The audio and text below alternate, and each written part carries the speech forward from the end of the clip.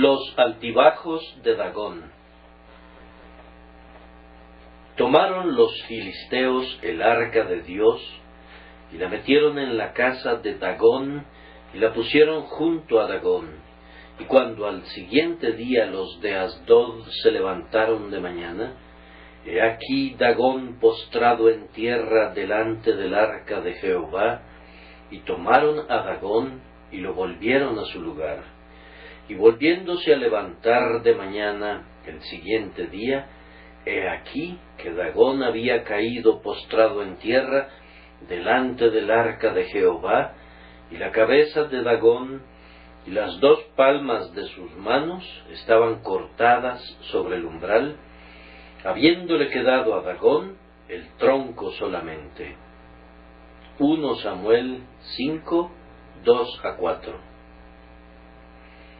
El arca de Jehová fue capturada por los filisteos, aunque estaba custodiada por todos los hombres armados que Israel pudo juntar para la batalla.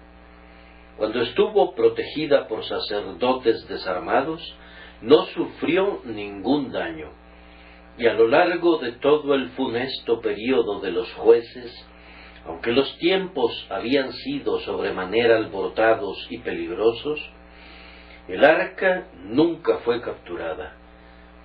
Sólo fue capturada cuando estuvo protegida por el arma carnal. Cuando la tuvieron a su cargo aquellos a quienes Dios había ordenado que cuidaran el arca del pacto, estuvo segura. Pero cuando los altivos estandartes del Estado y los escuadrones de la nación ordenados en batalla formaron el cuerpo de guardias del sagrado santuario del arca de Dios, ésta fue tomada. Cuando el poder civil se unió al espiritual y el brazo de carne se entrometió para apoyar y para vincularse al brazo de la fortaleza de Dios, entonces el arca fue transportada en triunfo por sus enemigos. A lo largo de toda la historia de la humanidad, encontrarán la explicación de este hecho instructivo. Dejen sola a la verdad de Dios y se cuidará a sí misma, sin ayuda de reyes ni de príncipes, leyes o instituciones, fundaciones o privilegios. Basta que expongan la verdad pura de la revelación y se abrirá su propio camino. Por otro lado, atavíenla y adórnenla con su elocuente lenguaje, o protéjanla y guárdenla con su sabiduría y prudencia carnales, y la verdad entrará en cautiverio. Dejen a la iglesia sola, oh ustedes, reyes y príncipes, o persíganla si quieren, pues se reirá hasta el escarnio de la oposición de ustedes. Pero no pretendan propagar sus doctrinas por medio del poder civil, pues esta es la peor maldición que podría sobrevenirle. Tómenla bajo su protección, y el simple contacto con sus reales manos transmitirá enfermedad a su interior. La así llamada Iglesia ha decaído casi hasta la muerte, cuando sus ministros como Ofni y Fínees se han aliado con el poder temporal, pues Dios obrará por sus propios instrumentos y a su manera. No aceptará estar endeudado con el poderío de la carne. Defenderá su propia gloria por medio de su propio poder misterioso. Él usa como instrumentos a sus consagrados, vestidos de lino fino, que es la justicia de los santos, y no a los hombres manchados de sangre, guarnecidos con sus cotas de malla y sus petos de acero reluciente. Podemos aprender otra lección del incidente que estamos considerando. Cuando los filisteos derrotaron a los israelitas en la batalla, capturando el cofre llamado arca, se jactaron y se gloriaron como si hubiesen derrotado a Dios mismo. Ellos evidentemente consideraban el estuche de oro como la parte más preciosa del botín y lo colocaron como un trofeo en el templo principal de su dios Dagón, para mostrar que él era más poderoso que Jehová Dios, que fue incapaz, según ellos, de proteger a su pueblo. Esto lesionó al instante el honor de Jehová, y como él es un Dios celoso, eso auguraba el bien para Israel. El hecho de que Dios es un Dios celoso a menudo tiene un lado terrible para nosotros, pues nos conduce a nuestro castigo cuando le agraviamos.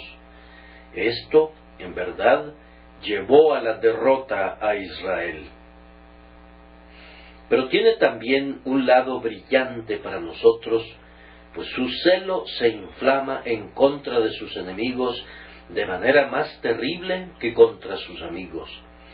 Y cuando su nombre es blasfemado, y los honores que se deben a él son atribuidos a un simple ídolo, o cuando se declara que él ha sido derrotado por un falso dios, entonces sus celos arden como brasas de enebro, y desnuda su diestra para golpear a sus adversarios, como lo hizo en esta ocasión.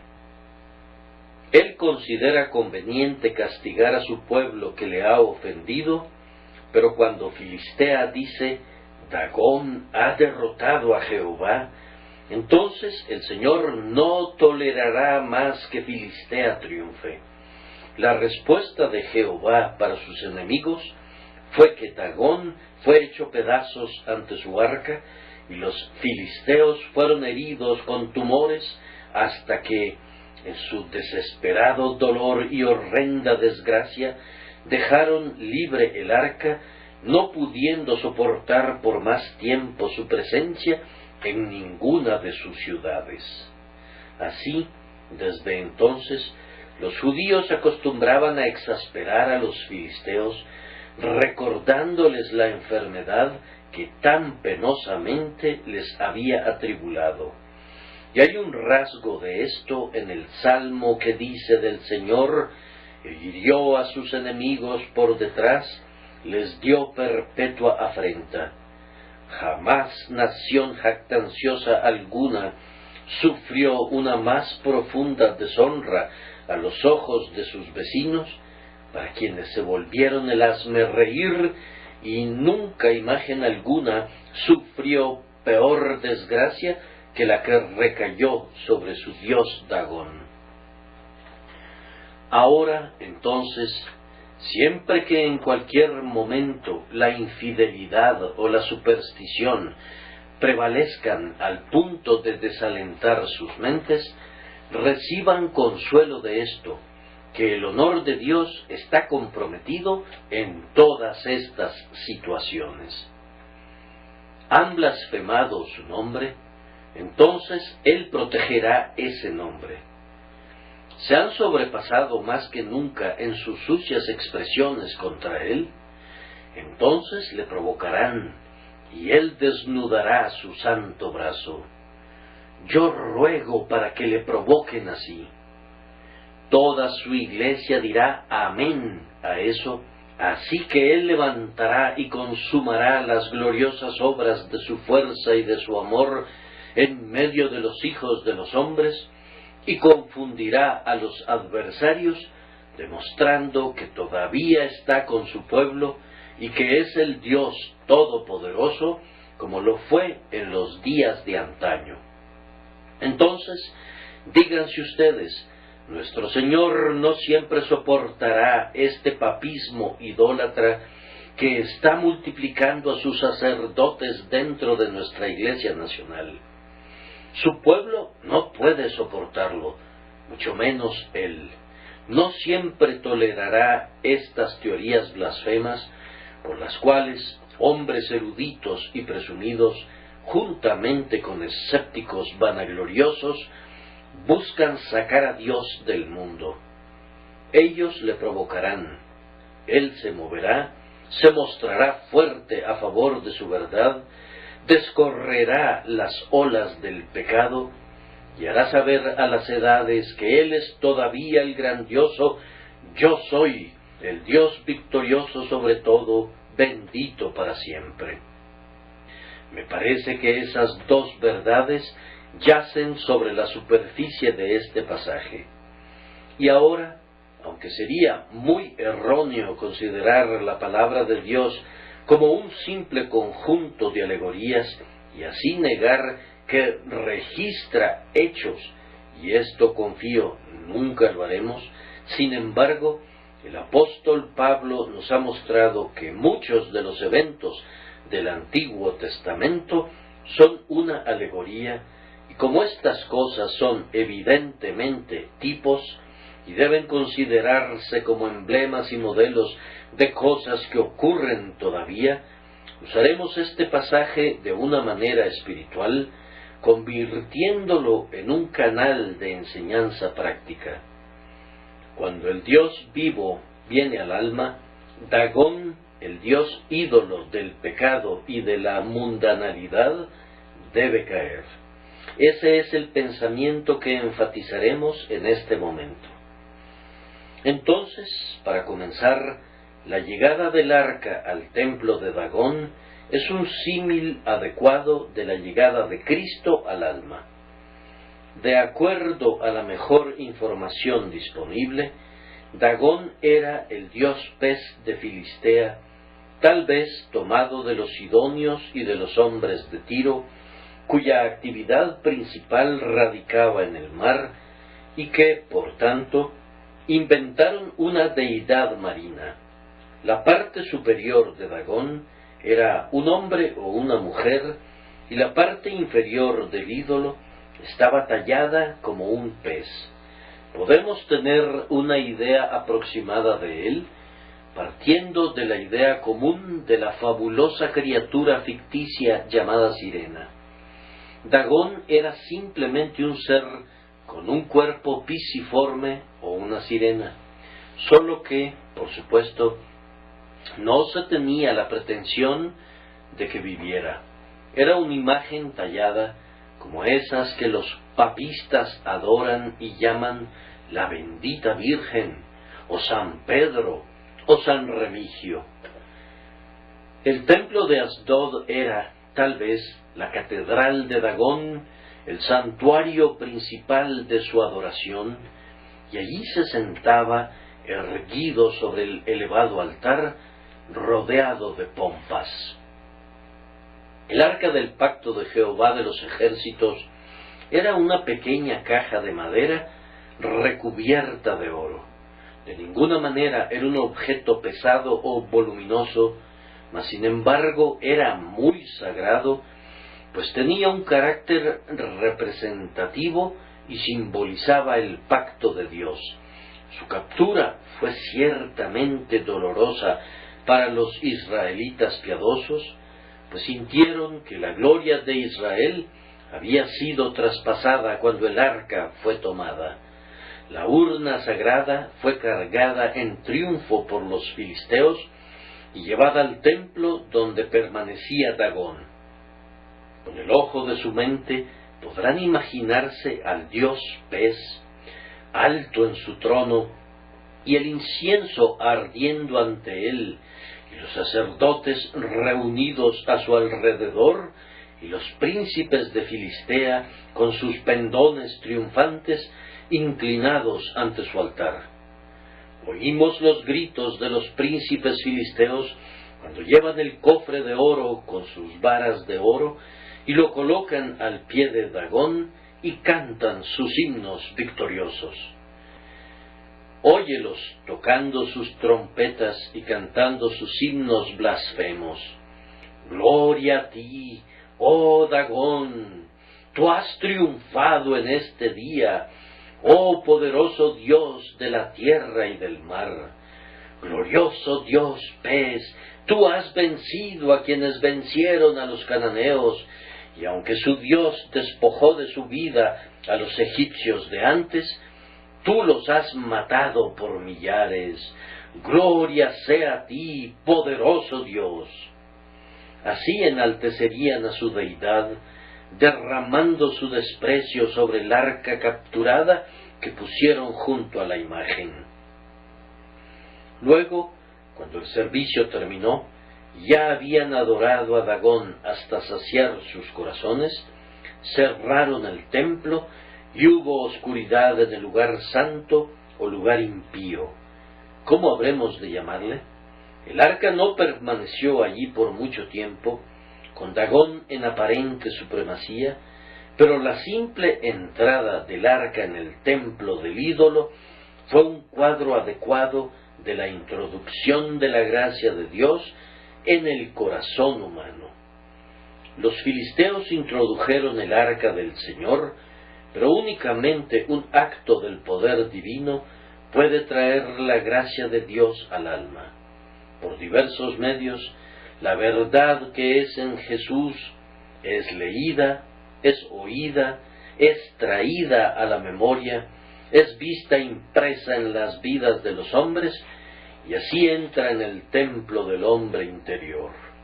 Cuando entra por primera vez en el corazón, encuentra al pecado entronizado allí, y el príncipe de las tinieblas reina supremo. La primera gracia que entra en el alma la encuentra en la oscuridad y en la muerte, bajo el dominio del pecado.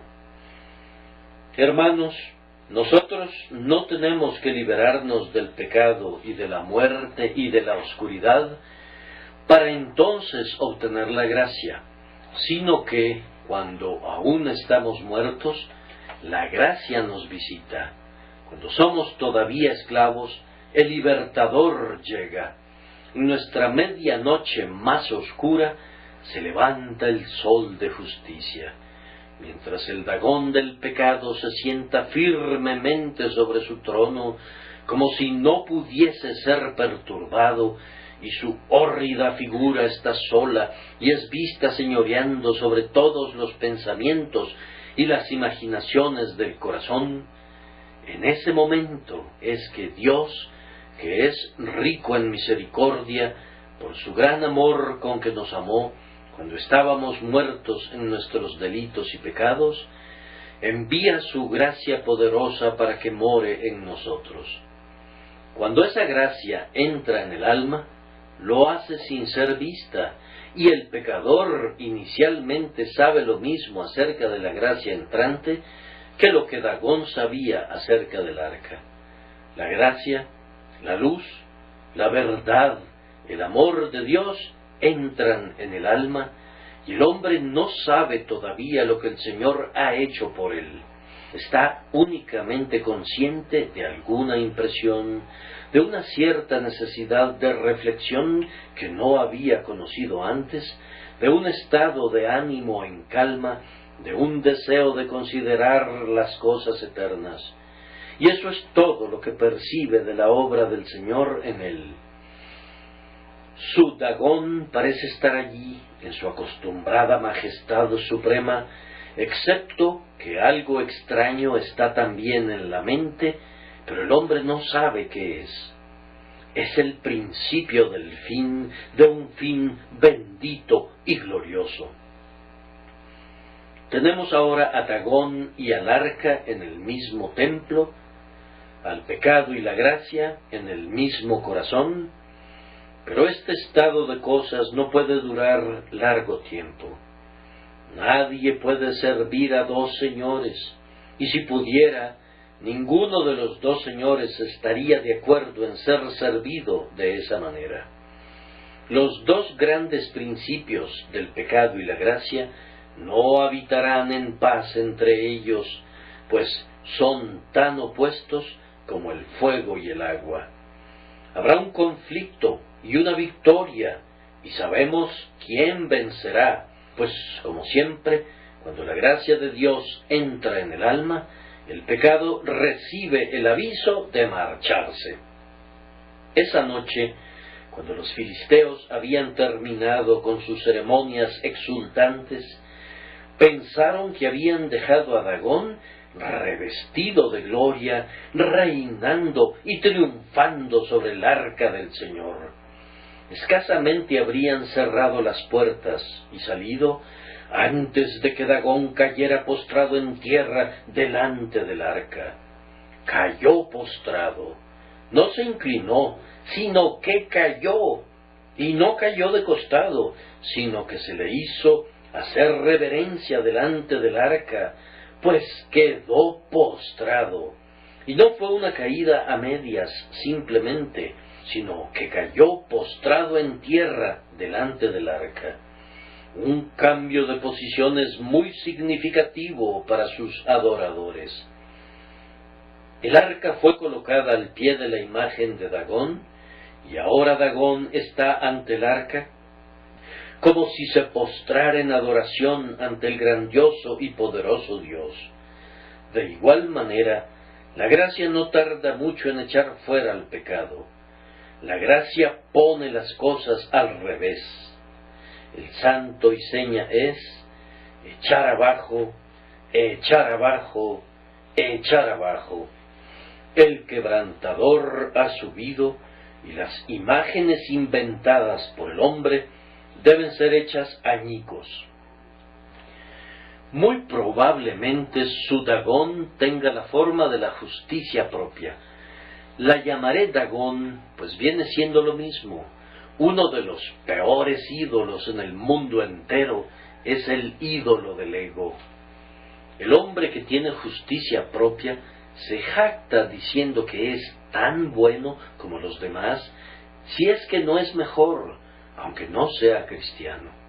Que él sepa, nunca ha hecho nada verdaderamente malo, y siente que en él hay mucho que es muy bueno y hasta excelente, y por tanto espera que las cosas le salgan bien al final. Tiene un hermoso mascarón de proa por su Dios, y aunque su carácter pueda tener una cola resbalosa, él mantiene eso fuera de la vista en tanto que sea posible y la encubre con excusas.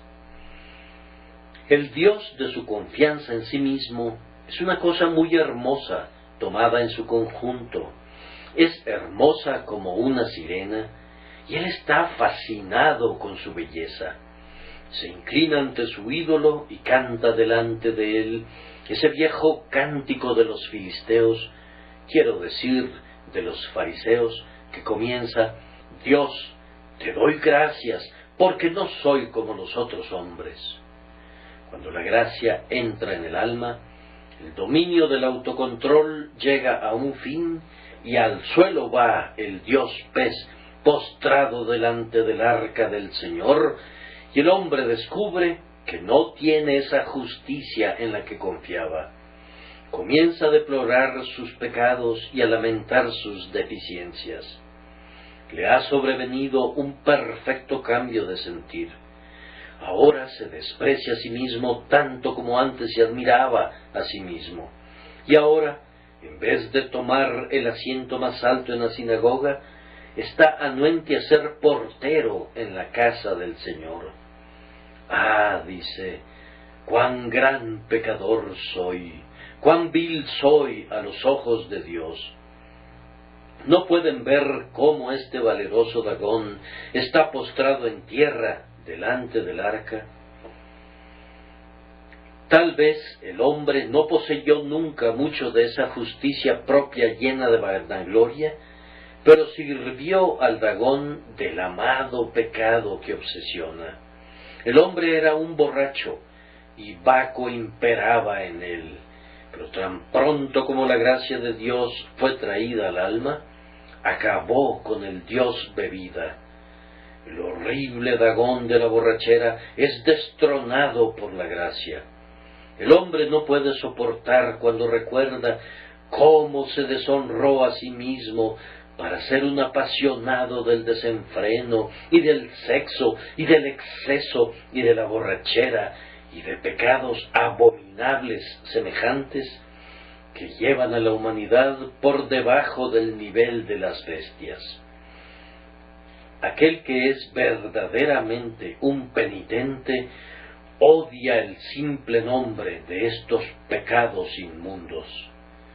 Si un hombre ha sido culpable de usar un lenguaje sucio y juramentos blasfemos, la gracia de Dios generalmente lo cura de inmediato. He oído de hombres que habían vivido en la práctica de jurar durante muchos años, que han dicho que, desde el momento de su conversión, nunca tuvieron la tentación de hacerlo de nuevo. Ese negro pecado salió por completo de ellos de inmediato. A algunos otros pecados les toma tiempo morir, pero el lenguaje blasfemo generalmente entrega el alma sin pelear. John Bunyan dice que una piedra del ariete mató al señor profano, fracturando su cráneo, de tal forma que pronto murió en el sitio de alma humana. Sería bueno que más pecados engañosos murieran de esa manera. Las ofensas externas más indecorosas, como Dagón, son abatidas pronto delante del arca. Pecados de cualquier índole son abatidos delante de la gracia triunfante. Sí, y el hombre que recibe la gracia de Dios siente que el amor de cualquier pecado y de todo pecado es arrojado fuera del lugar que ocupaba en su corazón. Ahora desea ser liberado de él por completo y clama ansiosamente: Señor, ¿qué quieres que yo haga? Ya no buscará ni vivirá en el pecado como lo hacía antes, y al igual que Pablo, no seguirá siendo un perseguidor del Señor, pues Jesús se le ha aparecido en el camino. ¡Qué caída estilo Dagón experimentó el orgullo del apóstol a las puertas de Damasco! Ese tipo de caídas se da en el corazón de cada individuo en quien la gracia de Dios llega con poder. Ahora podemos avanzar con el paralelismo. Esta caída de Dagón comenzó a ser percibida muy pronto, pues cuando al siguiente día los de Asdod se levantaron de mañana, he aquí Dagón postrado en tierra. Después de la entrada de la gracia, muy pronto se presenta esta señal, y no pasa mucho tiempo sin que sea vista y conocida. Que nadie conciba que hay una gracia en su alma si Dagón está sentado todavía en el trono. Esta es una de las primeras señales de la entrada de la vida de Dios en el alma, que el pecado se derrumba de su elevado sitio y ya no es tenido por más tiempo en honor. Al mismo tiempo, observen que Dagón no estaba quebrado. Había caído postrado, pero eso fue todo, de tal manera que al día siguiente sus insensatos adoradores lo volvieron a su lugar. Algunas veces, a la primera entrada de la gracia hay una caída del pecado, pero nada parecido a una quebradura o destrucción del pecado en el alma, como las habrá después. Cuando la vida divina ha entrado, el pecado es destronado y ya no se sienta más allí arriba, en el lugar que le corresponde a Dios. Sin embargo, a pesar de ello, hay un tremendo poder que permanece en la naturaleza corrupta, una tendencia mortal a pecar, una poderosa ley en los miembros que sujeta al alma a la cautividad. Pero, aún así, el ídolo es abatido, aunque no sea quebrado. No puede reinar, aunque puede permanecer para hostigarnos. Ahora, ¿qué ocurrió en la noche mencionada en el texto?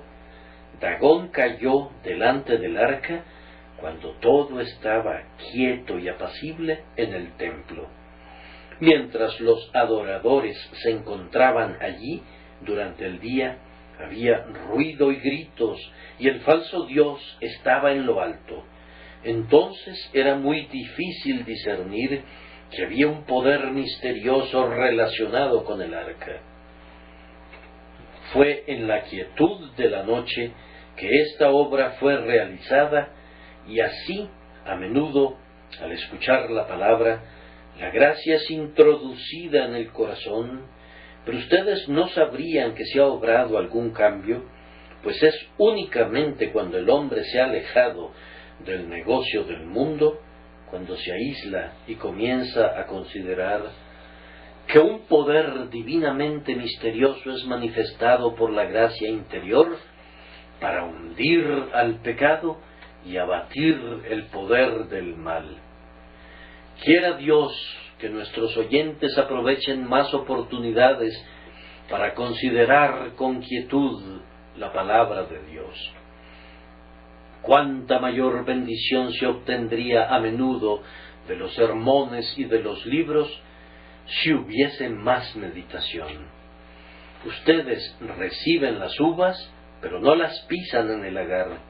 Hacen un mayor esfuerzo en recoger las gavillas del sermón, del que luego invierten en desgranarlas. El poder que hirió a Dagón se manifestó en la quietud de la noche, y cuando la gracia de Dios ha entrado en sus almas, es probable que el abatimiento del pecado sea efectivamente consumado en tiempos de quietud de pensamiento y búsqueda de corazón, más que en cualquier otro periodo. El pensamiento es el canal de inmensa bendición para el alma. Cierren las puertas del templo y dejen que todo esté en calma, y entonces el Espíritu Santo obrará maravillas en el alma. Ahora, en segundo lugar, que volvieran a Dagón a su lugar la segunda vez y su segunda caída, representan muy bien la batalla que tiene lugar en el alma entre el pecado y la gracia. Cuán insensatos eran estos filisteos al seguir adorando a un Dios que, cuando tropezaba y caía al suelo, no se podía levantar otra vez. Adorar a un Dios que cayó postrado en tierra era ya suficientemente malo, pero adorar a un Dios que no pudo levantarse cuando cayó, sino que necesitó de manos humanas que lo volvieran a su lugar, era ciertamente una vil fatuidad. Pero levantaron a su valiosa deidad y la volvieron a su lugar, y sin duda cantaron una especial misa mayor en su honor, y luego siguieron su camino, cada quien a su hogar, sin soñar siquiera que su hermoso dios pez necesitaría de su ayuda otra vez y muy pronto. De la misma manera, Satán y la carne vienen a nuestras almas y tratan de volver al caído Dagón a su lugar con algún grado de éxito. Sucede a menudo que en jóvenes convertidos llega un período en que daría la impresión que han apostatado completamente y han regresado a su forma de vida anterior. Parecería como si la obra de Dios no fuera real en sus almas y la gracia no fuera triunfante. ¿Se sorprenden de ello? Yo ya no me sorprendo. El Evangelio es predicado y el hombre lo acepta, y hay un maravilloso cambio en él. Pero cuando va con sus antiguos compañeros, aunque tenga la determinación de no caer en sus pecados anteriores, lo tientan muy severamente. Es asediado de 1000 maneras. Algunos de nuestros jóvenes, si nos contaran su historia, perturbarían los sentimientos de ustedes al referir la forma en que todo tipo de burlas e insinuaciones y vituperios son arrojados contra ellos, y eso por personas influyentes, sus padres, sus hermanos y hermanas mayores, y quienes supervisan su trabajo. Son acosados en el frente y en la retaguardia, de tal manera que si no transgreden de una manera, es muy probable que el diablo astutamente los haga tropezar de otra. He conocido a un hombre que fue tentado para unirse a malas compañías, rehusando hacerlo una y otra vez. Sus tentadores se reían de él y lo soportó estoicamente, pero al fin perdió su compostura.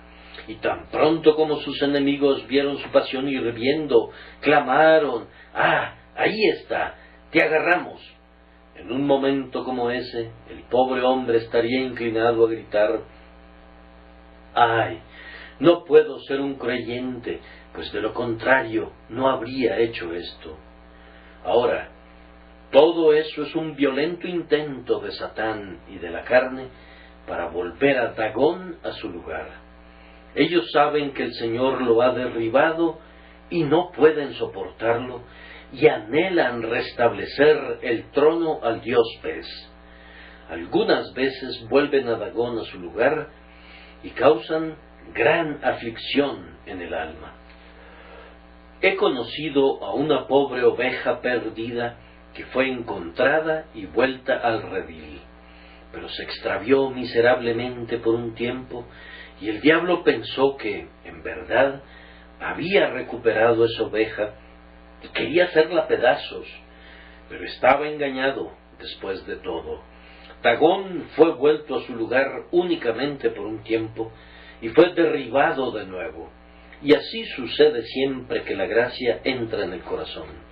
Los extraviados han regresado, llorando y suspirando, reconociendo que han deshonrado su profesión de fe. ¿Y cuál ha sido el resultado a la larga? Bueno, que han tenido más humildad, más suavidad de corazón, más amor a Cristo, más gratitud de lo que hayan tenido antes. Y me ha alegrado, no me ha alegrado que se extraviaran, pero me ha alegrado que la gracia de Dios, cuando los ha traído de regreso más plenamente, les ha dado una conversión más profunda y una obra de gracia más duradera y sustancial, de tal manera que, después, han continuado, por la gracia de Dios, como útiles y honorables cristianos hasta el fin. Se da el caso muy a menudo, y hablo ahora a cualquier joven converso que diga en su corazón: «Oh Señor, yo ciertamente amo al Señor, pero he sido un gran rebelde. Yo verdaderamente confío en Jesús. Deseo ser cristiano, pero he sido derrotado por los enemigos y me temo que no debo unirme a una iglesia cristiana porque, si no puedo resistir la tentación por 6 semanas, ¿cómo podré esperar permanecer firme durante toda mi vida? Soy una criatura tan débil y tan pobre, tan inclinada al extravío. ¿Qué será de mí?» Querido amigo, me duele pensar que hayas sido tan insensato, pero no dudo del poder del Espíritu Santo de Dios para ayudarte y hacer trizas al enemigo que aparentemente ha retomado su poder en ti. Ahora, observen que aunque volvieron a Dagón a su lugar, fue derribado de nuevo y sufrió una peor caída. No dudo que les tomó un buen tirón y un buen jadeo para alzar el desagradable bulto de mármol y ponerlo otra vez en su lugar. Muchos fuertes músculos estaban cansados y había miembros torcidos por haber levantado al enorme Dios y haberlo colocado en su pedestal, pero no hubo ningún problema para que el Señor derribara la fea piedra. No se necesitó ninguna cuerda ni ningún esfuerzo de estirar o torcer músculos. Se postró Bel, se abatió Nebo cuando Jehová se yergue. Solo cierren las puertas del templo y dejen que el arca y Dagón diriman sus asuntos, y Dagón se llevará la peor parte. Únicamente fíjense en esto: Dagón no había ganado mucho al ser restablecido, pues esta vez, al caer al suelo, he aquí que había caído postrado en tierra delante del arca de Jehová, y la cabeza de Dagón y las 2 palmas de sus manos estaban cortadas sobre el umbral. La cabeza del ídolo estaba cortada, y así El poder reinante del pecado es quebrantado y destruido por completo, y su belleza, y su astucia, y su gloria son reducidos a átomos. Este es el resultado de la gracia de Dios, y además su resultado seguro, si viene una vez al alma, independientemente de cuánto dure el conflicto y de cuán desesperados sean los esfuerzos de Satán para recuperar su imperio. Oh creyente, el pecado puede hostigarte, pero no se volverá tu tirano. El pecado no se enseñoreará de vosotros, dice el Espíritu Santo, pues no estáis bajo la ley, sino bajo la gracia. Si el poder del mal es colocado en alto por un tiempo, es únicamente para que caiga con mayor fuerza y su cabeza sea cortada. Luego también las manos de Dagón estaban cortadas, y de esa misma manera el poder activo, el poder operante del pecado es quitado. Las 2 palmas de las manos del ídolo estaban cortadas sobre el umbral, de tal forma que se quedó sin manos. Ni el pecado de la diestra, ni el pecado de la siniestra permanecerán en el creyente cuando la gracia santificante de Dios derrumbe a Dagón. El secreto poder reinante es quebrantado, y de igual manera lo es el poder operante. El cristiano es guardado de estirar su mano a la iniquidad. Es crucificado con Cristo, y así ambas manos son clavadas a la cruz y atadas de esa manera, no pueden hacer esas obras de maldad a las que las concupiscencias de la carne le impulsan. Esto ocurrió también, si lo observan, muy rápidamente, pues se nos informa una segunda vez que cuando los filisteos se volvieron a levantar de mañana el día siguiente, he aquí Dagón había caído postrado. No le toma mucho tiempo a la gracia, una vez que está en el alma, para derrumbar al poder reinante y a la energía activa del pecado, cuando por un tiempo éstos parecían haber llevado la ventaja. Hermanos y hermanas, espero que sepan esto. Espero que el Espíritu de Dios que está en ustedes y el amor de Cristo que reina en ustedes hayan destruido el poder que el pecado tuvo una vez en sus almas. Si no es así, entonces pregúntense si el Espíritu de Dios está en ustedes del todo. No es posible que el arca esté en el templo y que Dagón permanezca intacto allí. El mal no permanecerá inconmovible y sin rival sobre el trono hasta la mañana siguiente. No es posible que tú, querido amigo, puedas vivir y deleitarte en el pecado, y sin embargo seas un hijo de Dios. Si tu corazón está puesto en la iniquidad, donde está tu corazón, allí está tu tesoro, y si el pecado es tu tesoro, no eres heredero del cielo. Lo que gobierna tu corazón es tu Señor y tu Dios, y serás juzgado por lo que ama tu corazón, y si amas el mal, serás condenado. Podemos pecar, quiera Dios que no lo hiciéramos, pero no está en el creyente amar al pecado. Hay un antagonismo mortal entre la gracia y el pecado, y donde llega la vida de la gracia, la vida perversa debe caer.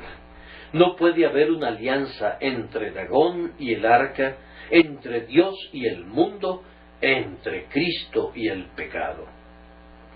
Y ahora, en tercer lugar, el paralelo es válido aún en un punto adicional, es decir, que aunque el dios pez fue de esta manera mutilado y quebrado, el tronco le fue dejado. El original hebreo es Sólo Dagón le fue dejado, o únicamente el pez. Sólo la parte pisiforme permaneció. La cabeza y las porciones superiores fueron quebradas y separadas, y permaneció únicamente la cola de pez de Dagón, y eso fue todo. Pero esa parte no se quebró. Ahora, este es el asunto que nos trae tanto infortunio, que le quedó el tronco. Yo desearía que no fuera así. He oído que algunas personas dicen que en ellos no permanece ningún pecado. Bien, querido hermano, que el Señor te convierta. No diré nada más aparte de eso, pues si hubiese en ti suficiente luz para que percibieras tus tinieblas, sería diferente la forma en que hablarías. Todo hijo de Dios que sabe algo acerca de sí mismo y de la experiencia de un creyente real, sabe que hay pecado que mora en él, y eso en un grado tan temible que hace que su alma misma clame en agonía: miserable de mí, ¿quién me librará de este cuerpo de muerte? No podría llegar al extremo de cantar con Ralph Erskine, como una descripción de sí mismo, los versos escritos por él en sus sonetos del creyente: al bien y al mal la misma propensión, y a la vez un diablo y un santo. Mas sin embargo, tomado con un puñado de sal, hay mucho de verdad en esa expresión incauta. Está la vieja corrupción dentro de nosotros, y no tiene sentido que la neguemos, pues negarlo nos hará bajar la guardia, hará que muchos de los rompecabezas de la vida se queden sin respuesta, y a menudo nos acarreará gran confusión de alma. La otra ley está en nosotros, así como la ley de la gracia. Puedes acercarte a Dios, hermano mío, y no ver que Él puede justamente acusarte de insensatez. Puedes estar en su presencia, como lo hizo Job, y contemplar su gloria, y no decir: por tanto me aborrezco y me arrepiento en polvo y ceniza. ¿Acaso puedes tener tratos con la perfección sin percibir tu falta? ¿Acaso puedes acercarte al atrio más céntrico del templo y estar bajo esa excesiva luz de comunión que es la porción de los elegidos de Dios, y no ver en ti manchas y arrugas, sí, miles de ellas, tantas que te inducen a cubrirte el rostro avergonzado y adorar la gracia sorprendente que a pesar de eso te ama? ¿Acaso no puedes ver lo suficiente en tu vida diaria para condenarte y arrojarte en el infierno, si no fuera porque Dios todavía te ve en Cristo y no te imputa tu iniquidad, sino que te acepta en el amado? Oh, así es, ciertamente. El tronco de Dagón permanece todavía, y como permanece, queridos amigos, es algo que debe vigilarse, pues aunque ese tronco de piedra de Dagón no volvería a tomar su forma en el templo filisteo, ellos harían una nueva imagen y la exaltarían de nuevo, y se inclinarían ante ella como antes. ¡Ay! El tronco del pecado que está en nosotros no es una losa de piedra, sino que está lleno de vitalidad, como el árbol cortado del que Job dijo: al percibir el agua reverdecerá. Si abandonaras a sí mismo al pecado que mora en ti y dejaras que entre la tentación, verías algo que dejaría ciegos de llanto a tus ojos.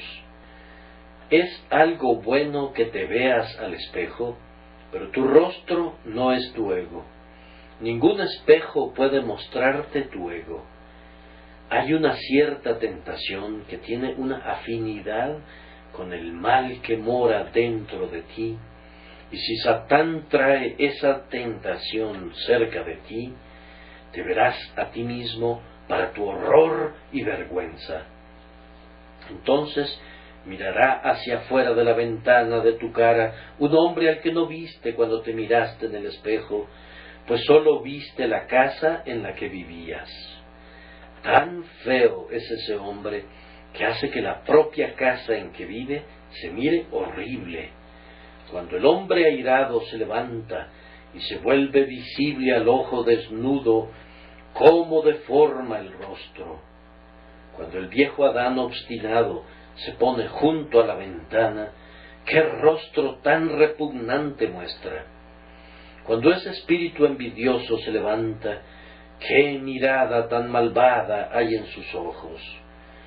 Cuando el espíritu incrédulo atisba a través de la celosía, qué cara tan miserable enseña, comparada con el rostro de la fe y de la confianza infantil en Dios. No hay nadie en este mundo, amado hermano, a quien debas temer más que a ti mismo. Agustín solía orar: Señor, líbrame de ese hombre malvado, líbrame de mí mismo. Es también una oración muy apropiada para una mujer: Señor, sálvame de mí misma. Si eres salvado de ti mismo, serás salvado del diablo, pues ¿qué puede hacer el diablo a menos que el ego junte sus manos con él en una impía alianza? Oh, pero cuánta vigilancia requerirá. Aquí hay ciertamente espacio para la fe.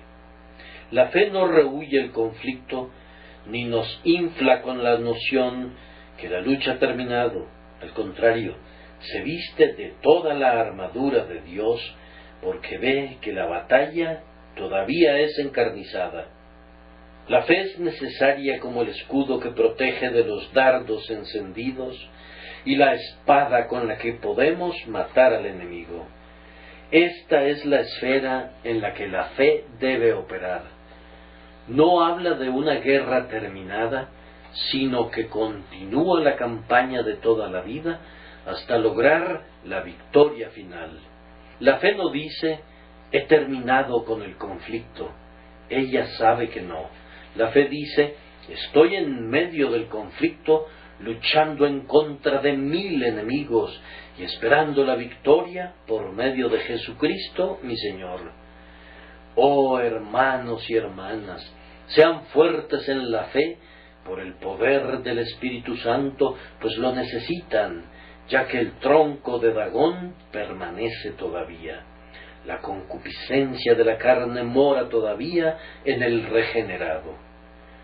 Consideren este asunto de nuevo. Ese tronco de Dagón que permaneció era una cosa vil, era una pieza de un ídolo, un fragmento de una imagen monstruosa que había sido adorada en lugar de Dios. Ahora, el pecado que mora en ustedes no debe ser considerado nunca por ustedes de ninguna otra manera que una cosa horrible, aborrecible y detestable.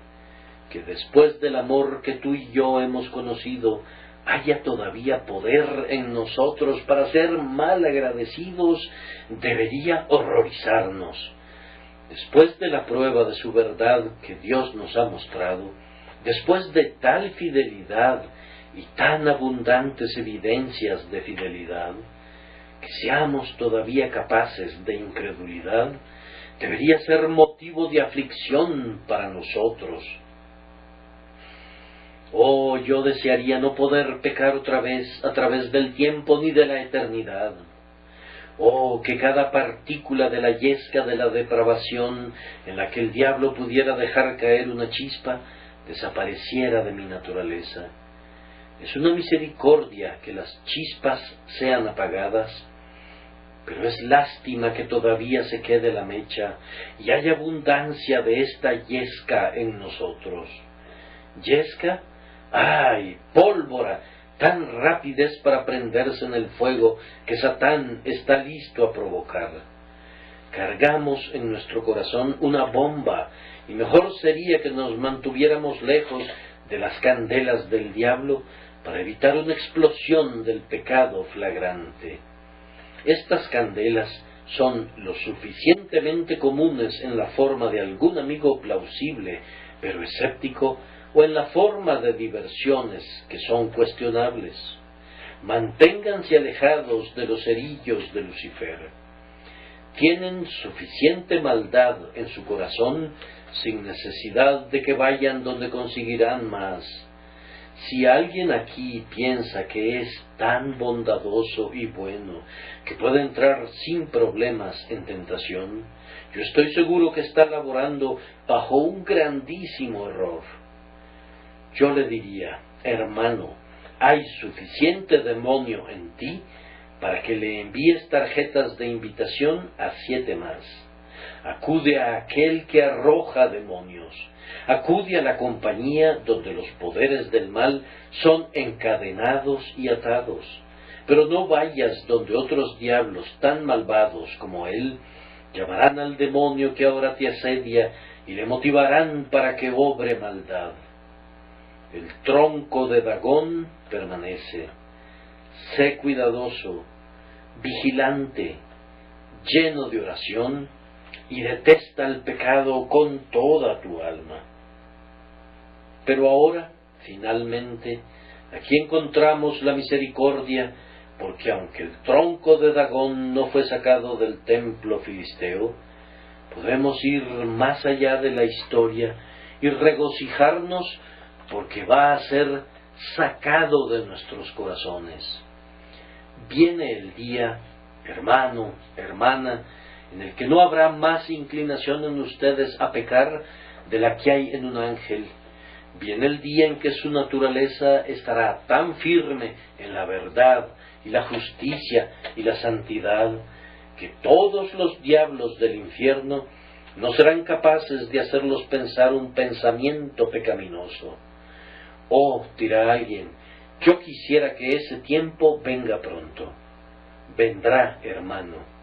El Señor te mantendrá todavía peleando y haciendo la guerra, pero vendrá el día cuando un mensajero esperará a tu puerta y dirá, el cántaro está quebrado junto a la fuente y la rueda está rota sobre el pozo. Tu carne debe volver a la tierra y tu espíritu a Dios que lo dio. Y entonces tu espíritu abrirá sus ojos con agradable sorpresa y se encontrará liberado del cuerpo y al mismo tiempo liberado de todo pecado. Vendrá muy pronto el sonido de la trompeta de la resurrección y el cuerpo se levantará. Y una de las principales características del cuerpo resucitado será que al tiempo de levantarse quedará libre de la servidumbre de la corrupción y no tendrá ninguna tendencia a llevarnos al pecado. Cuando nuestro espíritu perfeccionado entre en nuestro cuerpo perfecto, entonces nuestra humanidad completa, cuerpo, alma y espíritu, no mostrará ninguna suciedad, ni mancha, ni mácula. Todo su pecado pasado habrá sido lavado, es más, es lavado en la sangre del Cordero, y todas sus propensiones, tendencias e inclinaciones a pecar se habrán ido para siempre, y las simples posibilidades de pecar serán quitadas eternamente. Esas regiones de bienaventuranza no conocen una nube, por siempre son hermosas y brillantes, pues el pecado, fuente de infortunio mortal, no puede entrar allí jamás. John Bunyan representa a Misericordia como riendo en su sueño. Ella tuvo un sueño, dijo, y se reía por causa de los grandes favores que habrían de ser todavía dispensados sobre ella. Bien, si algunos de ustedes soñaran esta noche que la cosa grandiosa de la que he hablado les sucederá a ustedes, de tal forma que estarían completamente libres de toda tendencia a pecar, ¿no estarían también ustedes como esos que sueñan y se ríen de puro gozo? Piénsenlo. No más motivo de vigilancia, no más necesidad de llorar a causa del pecado diario, antes que se duerman por la noche. No más pecado que confesar, ningún demonio que los tiente, ningún afán mundano, ninguna concupiscencia, ninguna envidia, ninguna depresión de espíritu, ninguna incredulidad, nada semejante a eso. ¿Acaso no será esto una gran parte del gozo del cielo? Bien, yo estoy listo para gritar de gozo al pensar que esto me sucederá a mí, sin importar cuán indigno soy. Bendice, alma mía, a Jehová, y bendiga todo mi ser su santo nombre. Así será, hermano, tanto para ti como para mí. Tan cierto como que hemos confiado en Cristo, Él perfeccionará todo lo que nos concierne. El santo más débil ganará el día, aunque la muerte y el infierno obstruyan el camino. El Señor ha tomado a su cargo nuestra perfecta santificación, y Él la consumará. Él ha derribado al viejo Dagón, y ha quebrado su cabeza y sus manos, y lo hará pedazos antes de que pase mucho tiempo. Sí, Él se llevará el arca del Señor lejos, donde Dagón no entre en contacto con ella nunca más.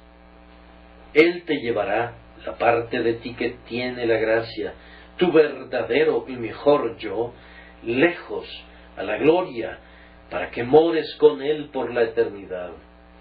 Piensa en esto y canta. Sí, hermano, canta con todo poder, pues todo esto puede ocurrir en el término de una semana. ¿Una semana?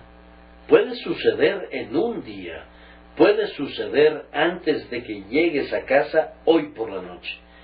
Estamos tan cerca del cielo que si no fuésemos tan sordos y nuestros oídos tan pesados, podríamos oír de inmediato a los ángeles cantando sus interminables aleluyas. Algunos de los santos de Dios, algunos de aquí tal vez, casi tienen su pie puesto en el umbral de la ciudad eterna y no lo saben. Están más cerca del arpa y de las palmas de lo que piensan. No se angustiarían acerca de qué harán el año entrante, ni se preocuparían acerca de la siguiente estación del año, si supieran que estarán entre las realezas del cielo para entonces. Ni siquiera se preocuparían del mañana si supieran cuán pronto habrá terminado todo y cuán pronto comenzará el gozo eterno. Que Dios los bendiga, queridos amigos, que la gracia del Señor reine sobre todos en el poder del Espíritu Santo, y que Jesucristo venga a aquellos pecadores en quienes triunfa el pecado, y que entre su gracia, y entonces sus pecados amados serán derribados. Al único Dios vivo y verdadero sea la gloria por siempre jamás. Amén.